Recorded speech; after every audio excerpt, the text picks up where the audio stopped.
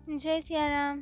तो आज हम अपने प्यारे कथा रसिक श्री सीताराम जी को उनके एक बहुत ही प्यारे भक्त की कथा श्रवण कराएंगे। ऐसे भक्त जो उनके भक्त थे नहीं, लेकिन ठाकुर जी को वो भा गए। अपना काम बनवाना था उसे, खींच तान कर अपनी मोहिनी डालकर उस भक्त को अपना बना ही लिया ठाकुर जी ने। तो ऐसे भक्त का नाम है भक्त नवल किशोर दास जी। बात है बहुत समय पहले की। नंदग्राम में नंद बाबा जी का एक मंदिर था। लगभग 125 वर्ष पूर्व उसकी अवस्था जीर्ण शीर्ण हो गई थी।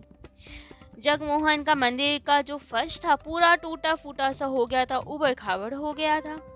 अब ठाकुर जी हमारे नंदलाला उसमें दौड़ भाग करे तो कष्ट हो, पत्थर चुभे उन्हें। अब वैसे देखा जाए तो हैं बेशक छोटे से नंदलाला, लेकिन है तो परब्रह्म परमात्मा। उन पे क्या सामर्थ्य नहीं थी कि वो फर्श ठीक कर पाए। उनके तो एक इशारे पे विश्वकर्मा जी आ जाए, फर्श ठीक कर दे। लेकिन कहाँ, नंदग्राम था वो और ये छोटे से नंदलाला। भाव तो यही है, मैं छोटा सा बालक हूँ, भला मैं क्यों कुछ करूँगा। क्योंकि यहाँ वे प्रभु नहीं है, यहाँ तो नंद यशोदा के दुलारे हैं, सखाओं के प्यारे छोटे माखन चोर हैं, गोपियों के लिए रास बिहारी हैं। भला ये सब काम ऐश्वर्य वाली लीला यहाँ कहाँ करने वाले थे वे। यहाँ तो किसी प्रेमी भक्त की सेवा का आस्वादन करते हैं वे। किसी न किसी भक्त को चेताते हैं, प्रेमी भक्त को, और उनसे अपने कार्य करवाते हैं, जिससे उस भक्त को भी सुख मिलता है और आपको भी अति आनंद की प्राप्ति होती है। इस भाव में यहाँ वे जो खाते पीते पहनते हैं वे सब प्रेमी भक्ति उन्हें देते हैं। वे जो खिलाएं वे खाते हैं, जहाँ सुलाए वहाँ सो जाते हैं, कभी महल में कभी फूस की झोपड़ी में।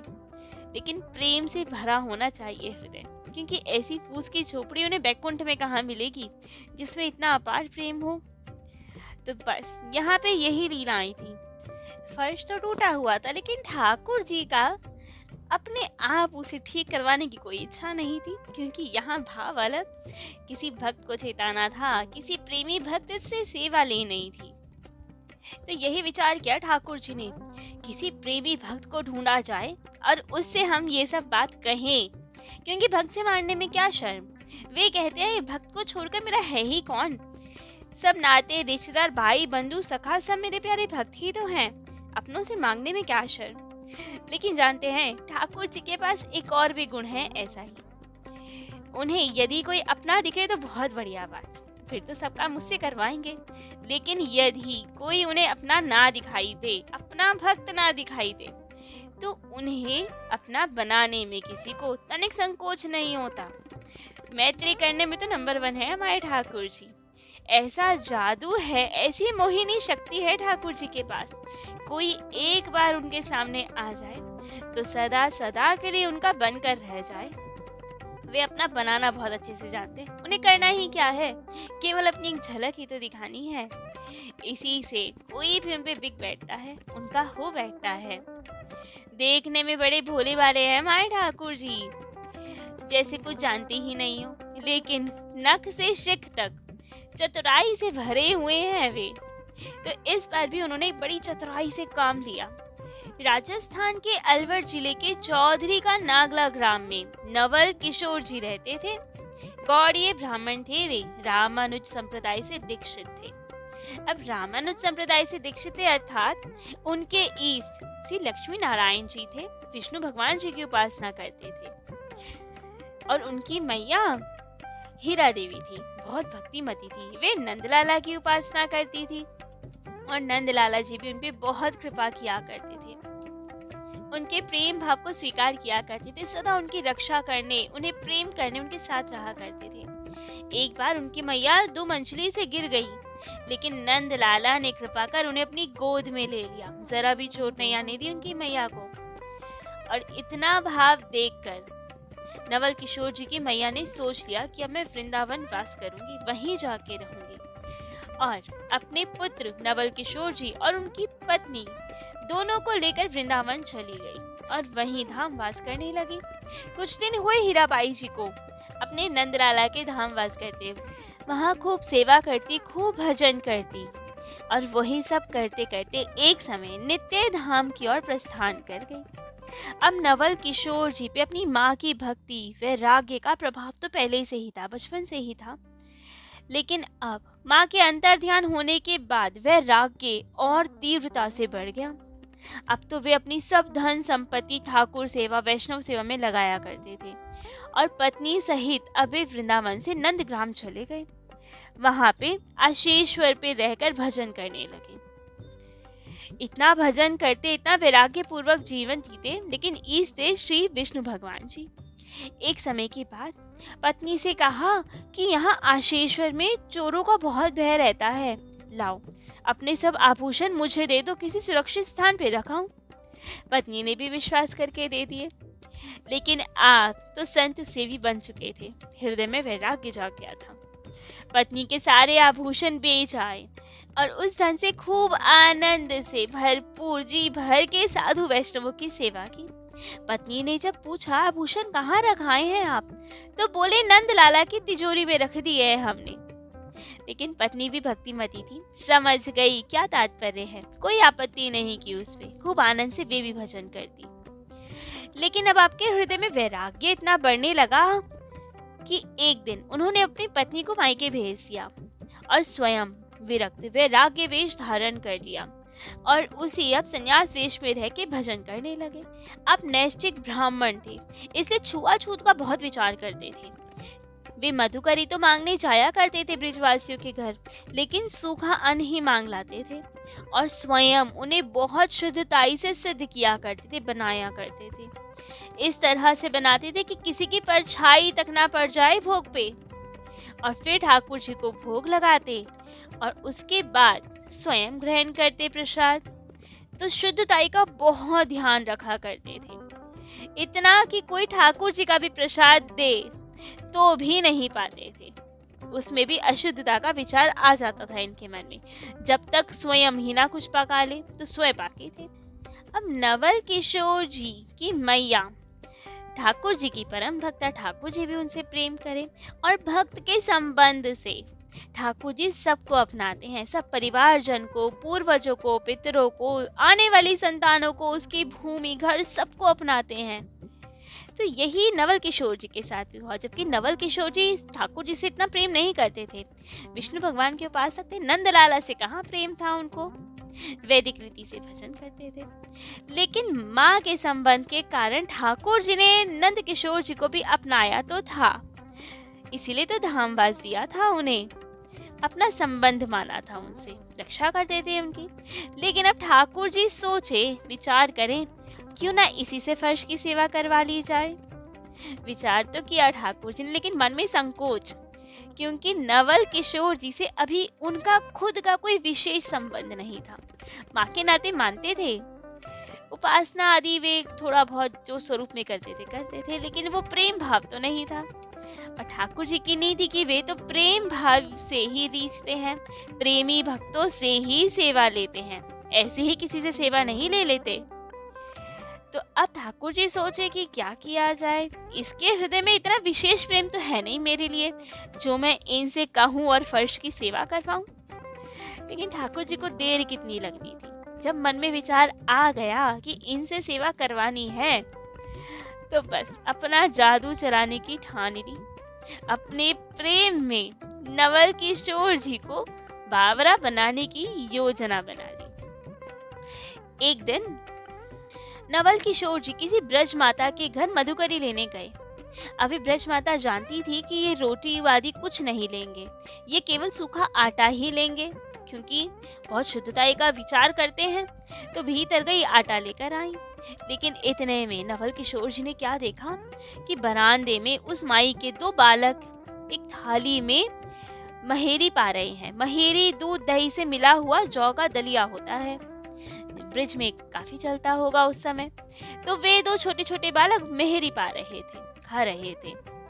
नवल किशोर जी ने जब ध्यान से देखा तो उन्होंने पाया कि थाली में ही उन बालकों के साथ स्वयं श्री कृष्ण जी और बलराम जी भी मेहरी पा रहे हैं। अरे तो देख के बहुत हैरान हुए कि तो ठाकुर जी हैं, वो बालकों का झूठा ही पा रहे हैं, उनके साथ ही पा रहे हैं। और ठाकुर जी भी तो अब हमारे गजब, उनको चिढ़ा चिढ़ा के, दिखा दिखा के, बड़े बड़े हाथ से भर भर के, मुट्ठी भर भर के मेहरी पा रहे हैं। और बार बार नवल किशोर जी की ओर देखे जाए, मुस्काए जाए, उन्हें चिढ़ाए जाए, आंखें मटकाई जाए और भर भर के मेहरी पाए। नवल किशोर जी तो देख के हैरान हो गए, चकित हो गए, सब मोहित हो गए। एक टक लगाए बस उन्हें ही देखे जाए कि ये ठाकुर जी की क्या लीला है, इन बालकों के साथ पा रहे हैं। उनकी तो अब अजीब अवस्था हो गई। इतने में ब्रजमाई आई मधुकरी लेकर और बोली हाथ बढ़ाकर, लो बाबा। अब बाबा उस अपनी सुध-बुध में हो तो सुने।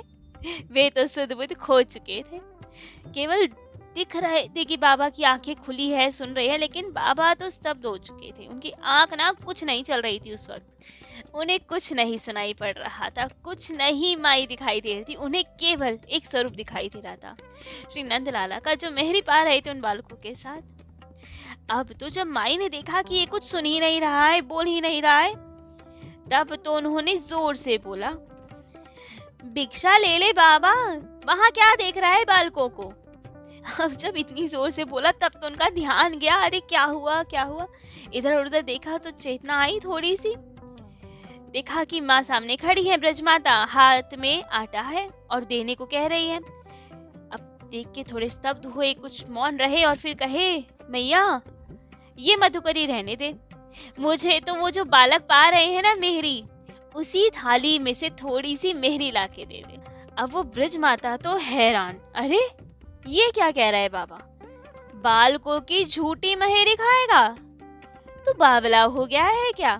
तेरे को मैं सच्ची रोटी देती हूँ निकाल के, वो तो तू पाता नहीं, इतनी शुद्धता का विचार रखता है, लेकिन आज बालकों की झूठी मेहरी पाने को कह रहे हो, बड़े अचंभे की बात है।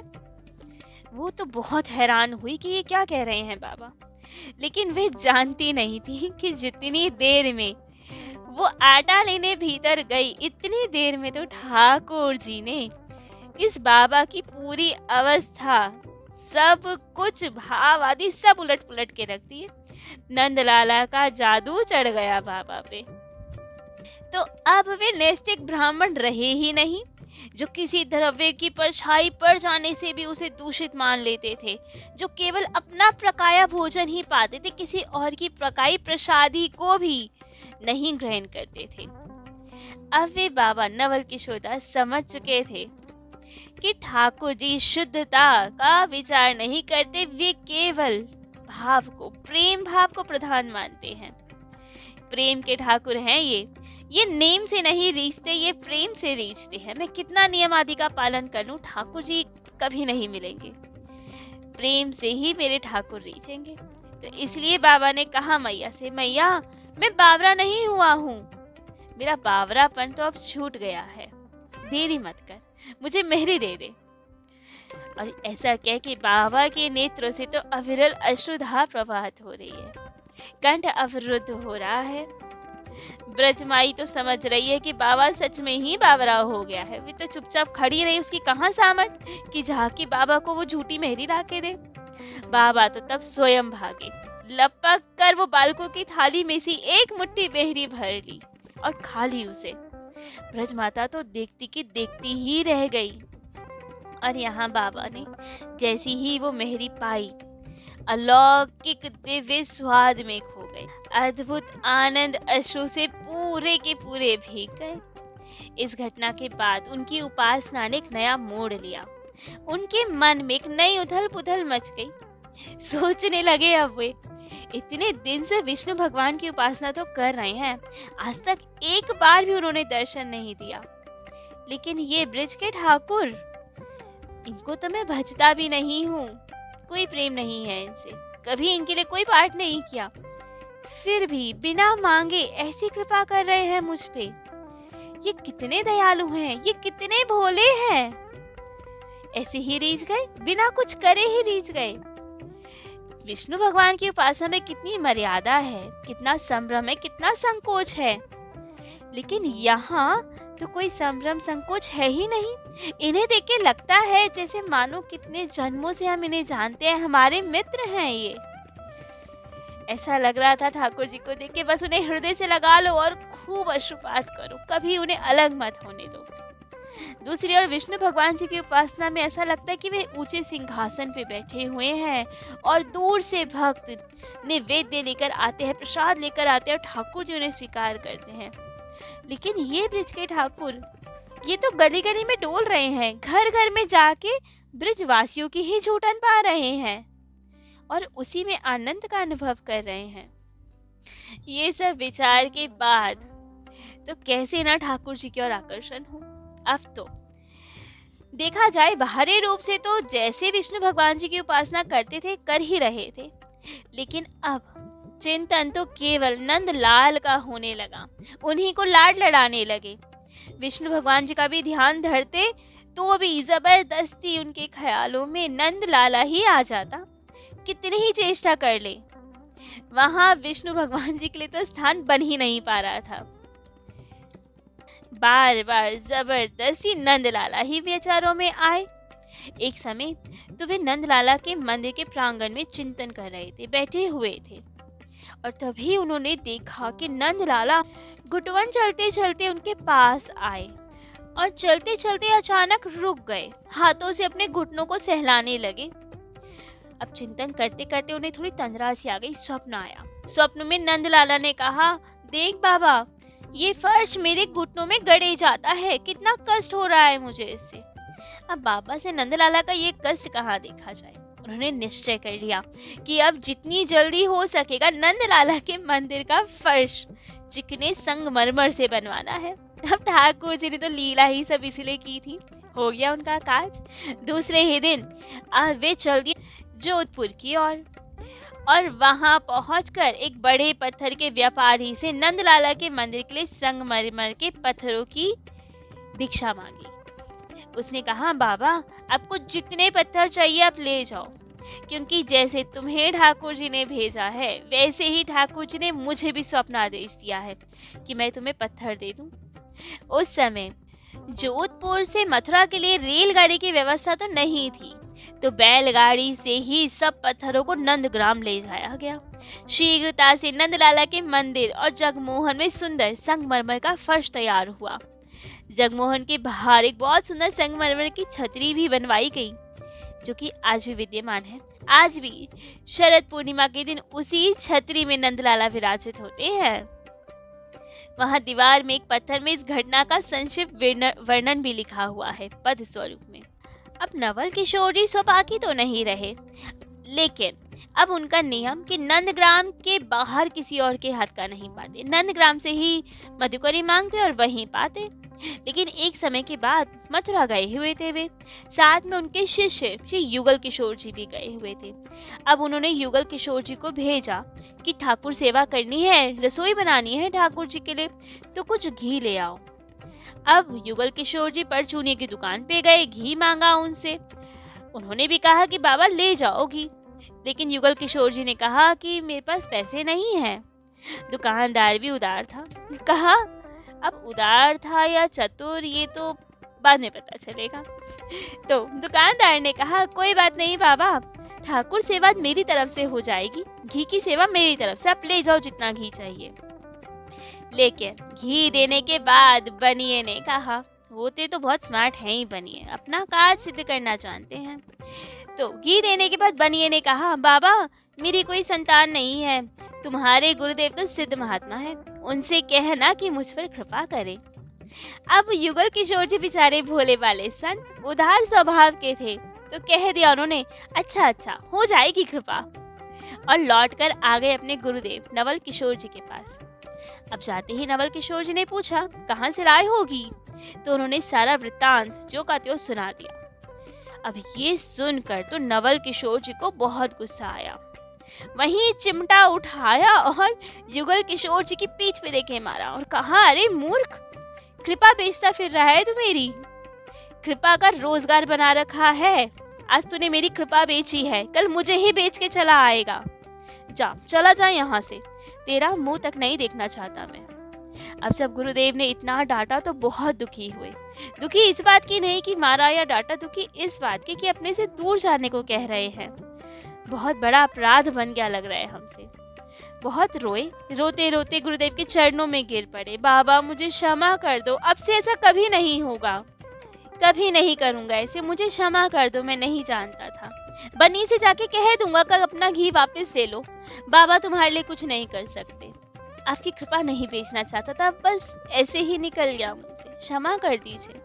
इतना क्षमा मांगी तो नवल किशोर दास जी का गुस्सा शांत हुआ और वे बोले, कोई बात नहीं, अब तो वचन दे ही आया है तो नंदलाला उस पर कृपा अवश्य करेंगे। पर बनिए ने तुझे ठग लिया है, थोड़े से घी के बदले संतान ले ली उसने तुझसे। जा कह दे उससे, लड़का होने के बाद नंदलाल की गुलाब जल से नित्य सेवा उसे करनी होगी। तो अब तो गुरुदेव की आज्ञा का पालन करके युगल किशोर जी गए उस बनिए के पास और सब बात बताई।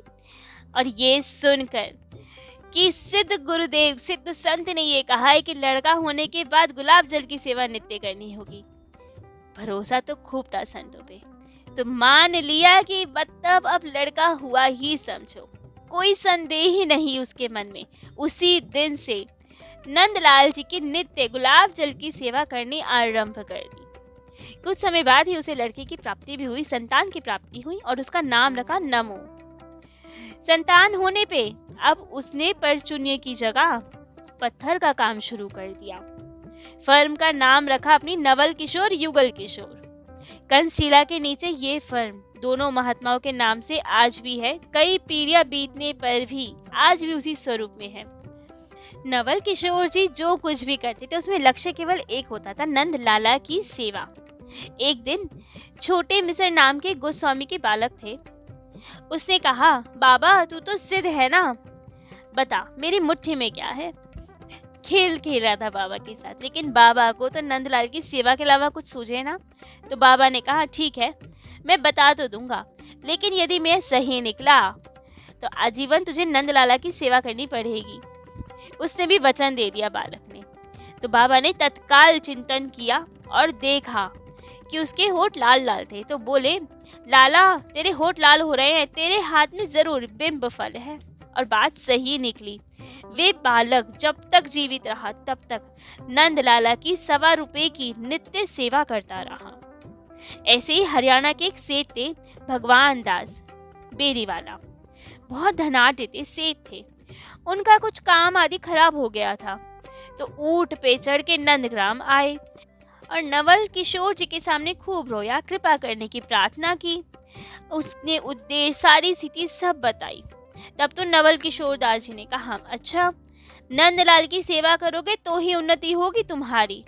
और तभी से वे नंदलाल की सेवा करने लगे और ऐसी अद्भुत उन्नति हुई उनकी। आज तक उनके परिवार के लोग नंदलाला की सेवा करते आ रहे हैं।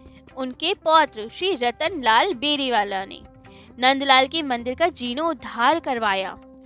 जो स्वरूप हम आज देखते हैं उस मंदिर का, वो उन्होंने ही करवाया। भगवान दास जी ने पीछे नवल किशोर जी को अपना गुरु माना और उनकी जैसे वे मानसी सेवा करते थे वही मानसी सेवा की शिक्षा ग्रहण की। नवल किशोर की तरह वे भी अब मानसी सेवा करने लगे, सिद्ध हो गए उसमें। उन्हें भी अब नंदलाला के दर्शन होने लगे। और उनके पौत्र रतन लाल जी भी भारी भक्त हुए, बहुत बड़े भक्त, साधु सेवी हुए। उन्होंने सनातन गोस्वामी जी के बृहद भागवतामृत का हिंदी अनुवाद कर मुद्रित करवाया और उसको निःशुल्क वितरण किया, जिससे सब उसका लाभ ले सके। श्री नवल किशोर दास बाबा जी नंदलाला के लिए नित्य 10 लड्डू अपने हाथ से बनाकर पुजारी जी को दिया करते थे, जिसमें से 8 तो प्रातः बाल भोग में भोग लगा दिए जाते थे और 2 रात को यशोदा मैया के पास रखे जाते थे, जिससे कभी रात को नंदलाला को भूख लगे तो यशोदा मैया वही लड्डू पवा दे। और उसके बाद से ही ऐसा नियम बना मंदिर में कि आज भी 10 लड्डू ठाकुर जी के पास रखे जाते हैं, 8 बाल भोग के लिए और 2 यशोदा मैया के पास रात्रि के लिए। नवल किशोर जी के नंदलाल के प्रति वात्सल्य भाव था और आजीवन रहा, लेकिन अंतिम समय श्री राधा जी के प्रेम की महिमा को जानकर ठाकुर जी के प्रति उनका कांत भाव हो गया और वो कांत भाव के उपासक हो गए। इस संबंध में भी उनके रचित पत्र वहां की दीवारों पे अंकित हैं। उनका एक हस्तलिखित ग्रंथ भी है जो नंदग्राम के गोस्वामी श्री श्याम जी के पिता के पास सुरक्षित है, जिसमें ये सब कथा तो वर्णित है ही, साथ में ये भी प्रमाणित है कि किस तरह नवल किशोर जी ने बाद में कांत भाव में उपासना की और उसमें भी सिद्ध हुए। उसकी कुछ पंक्तियां हैं। तपते बड़ बागिन भई मोही अपनाई नाथ, प्रकट वृंदावन ल्याए मोही रखी करी उर्माल, करी सब मन की रुचि मेरे पति नंदलाल। तो जिससे सिद्ध हुआ कि आजीवन तो वात्सल्य भाव के उपासक रहे, लेकिन अंत में आते आते कांत भाव अपनाया और उसमें भी सिद्धि प्राप्त की। और ऐसे ही भजन करते करते नंदगांव में अश्वेश्वर पर ही, जहाँ नवल किशोर जी भजन करते हैं, अपने प्राणों का त्याग किया, नित्य धाम की ओर गमन किया, वहीं उनकी समाधि आज भी है और भक्तजन जाते हैं उनका दर्शन करने। तो ऐसे अद्भुत भक्त थे श्री नवल किशोर दास जी।